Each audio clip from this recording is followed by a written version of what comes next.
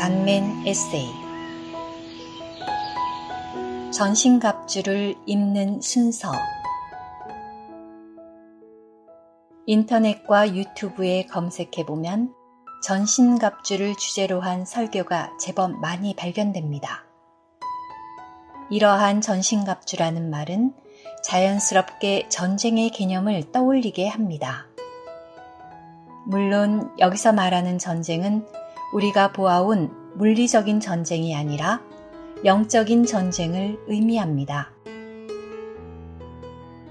그런데 영적 전쟁을 자주 거론하는 매우 영적이고 능력 있어 보이던 소위 주의 종들이 세상 사람들이 보기에도 부끄러운 일로 매스컴을 장식하는 일이 최근 들어 부쩍 늘고 있습니다.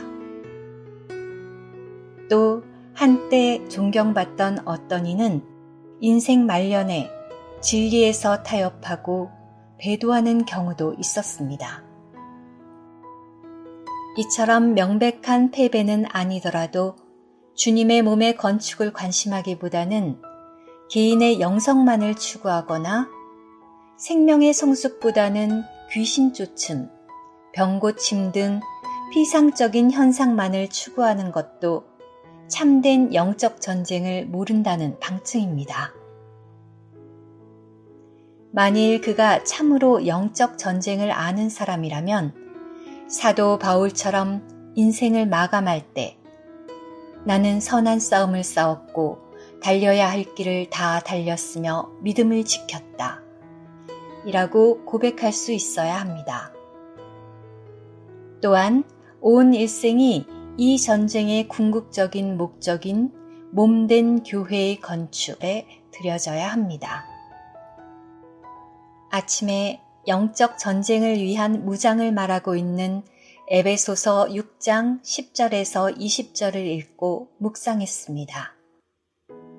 이 전체 문맥에서 특히 아래 말씀은 우리에게 완전한 전투 장비, 전신갑주로 무장하라고 명령형의 요구를 합니다. 하나님께서 주신 완전한 전투 장비로 무장하십시오. 그것은 여러분이 악한 날에 대항할 수 있도록 하기 위한 것이며 또한 모든 것을 다 처리한 후에도 서 있도록 하기 위한 것입니다. 에베소서 6장 13절. 전후 문맥을 고려하며 위 말씀을 거듭 읽고 묵상하는 중에 적용면에서는 이 전투 장비를 무장하는 데에도 순서가 있음이 깨달아졌습니다. 어떤 분은 이 전투 장비들을 사람의 머리에서 발끝까지 위에서 아래로 내려오는 순서로 설명합니다. 그러나 체험에서는 아래처럼 성경이 말하는 순서가 더 현실에 부합합니다. 진리의 허리띠 14절 상반절. 예전에는 여기서 말하는 진리는 성경 말씀을 가리킨다고 막연히 생각한 적이 있습니다. 그러나 어떤 환경이나 시험이 닥쳤을 때 머리로만 알았던 성경 혹은 교리 지식은 별 도움이 되지 못했습니다. 나중에 알게 된 것은 에베소서, 특히 4장 15절, 21절, 24절에서 말하는 진리는 우리의 생활에서 실제와 체험이 되시는 하나님 자신을 가리킨다는 것입니다. 이것은 사실상 우리가 살아 나타낸 그리스도 자신입니다. 즉, 내가 아니라 내 안에서 그리스도께서 사셨으면 그 삶이 바로 여기서 말하는 진리입니다. 이처럼 우리가 살아낸 그리스도만이 마귀 앞에서 우리 온 존재를 강하게 하는 허리띠가 될 수 있습니다. 사실 이 첫 항목이 영적 전쟁에서 승리할 수 있는 가장 중요한 기초요, 전제 조건이라고 할 수 있습니다. 의의 가슴바지 14절 하반절. 성경에서 의는 하나님과 사람에게 올바른 것입니다. 깨어있는 믿는 이는 자기 삶 속에서 의가 없게 되면 양심에 거리낌이 생깁니다. 이때는 즉시 주님께 돌이켜 죄들을 자백하여 양심의 평강을 회복해야 합니다. 그러나 설사 양심에 거리끼는 것이 여전히 남아있을지라도 우리를 덮는 어린 양의 피와 우리의 의가 되신 그리스도를 우리의 가슴바지로 취해야 합니다. 화평 복음의 견고한 기초를 신발로 15절. 이 문맥은 복음을 전하라는 말로 오해하기 쉽지만 원래 취지는 화평의 복음이신 그리스도를 우리가 서 있는 기초로 삼으라는 말씀입니다. 즉, 하나님과의 관계와 다른 지체들과의 관계에서 늘 화평을 유지하는 것이 영적인 전쟁에서 승리하는 비결이라는 것입니다. 믿음의 방패 16절. 우리가 마귀를 대항하여 전쟁하기 위해서는 진리를 허리띠로 두르고 의로 양심을 덮고 화평으로 신을 신고 믿음의 방패로 우리의 온 존재를 보호해야 합니다. 바로 이 지점에서 아래 회복력 성경 각주를 통해 체험에 있어서 각 전투 장비를 입는 데에 순서가 있다는 사실이 깊이 깨달아졌습니다. 만일 우리가 실제 진리이신 하나님으로 말미암아 산다면 우리에게는 의가 있게 되며 의는 화평을 낳는다. 이 모든 것이 있게 된 후에 우리는 악한 자의 모든 불화살을 막아내는 방패인 믿음을 쉽게 가질 수 있다.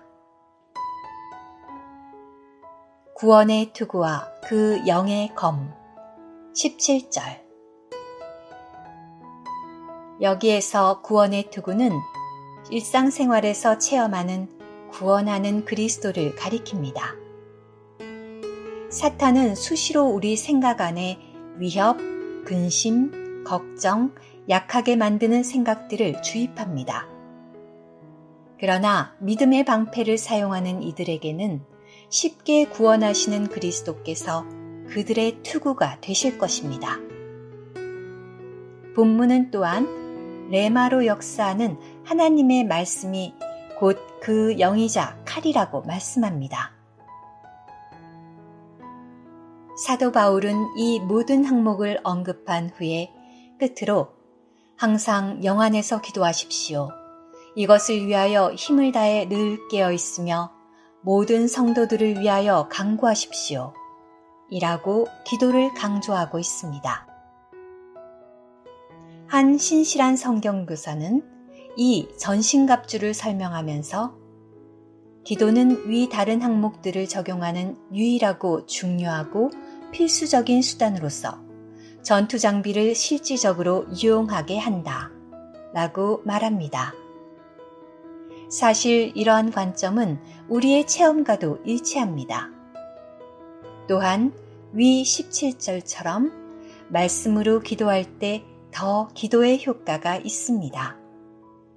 결론적으로 체험상 이 전신갑주를 입는 순서는 말씀으로 기도함, 진리, 실제의 허리띠로 두름, 의의 가슴바지를 착용함, 화평의 신발을 발에 신음, 믿음의 방패를 잡음, 구원의 투구를 취함이 됩니다. 이 말은 대적인 사탄 편에서는 어떻게 하든지 첫 단추인 기도 생활만 헛바퀴 돌게 하면 나머지 전신갑주는 단지 이름뿐이고 실제적인 효력은 없게 됩니다. 바로 이런 이유로 대적은 우리의 기도 생활을 집요하게 방해해 온 것입니다. 그렇다면 철저하고 꾸준한 기도 생활을 회복하고 유지해야 하는 것이 영적 전쟁의 첫 단추이자 결코 양보할 수 없는 마지노선입니다. 기도 없이 믿는 자는 사탄 앞에는 허수아비에 불과합니다. 오 주님, 우리가 모두 당신의 몸 안에서 그리고 영 안에서 기도하게 하시고 완전한 전투 장비로 무장하게 하소서. 기도 생활이 꾸준히 유지되도록 힘을 다해 늘 끼어있게 도와 주옵소서.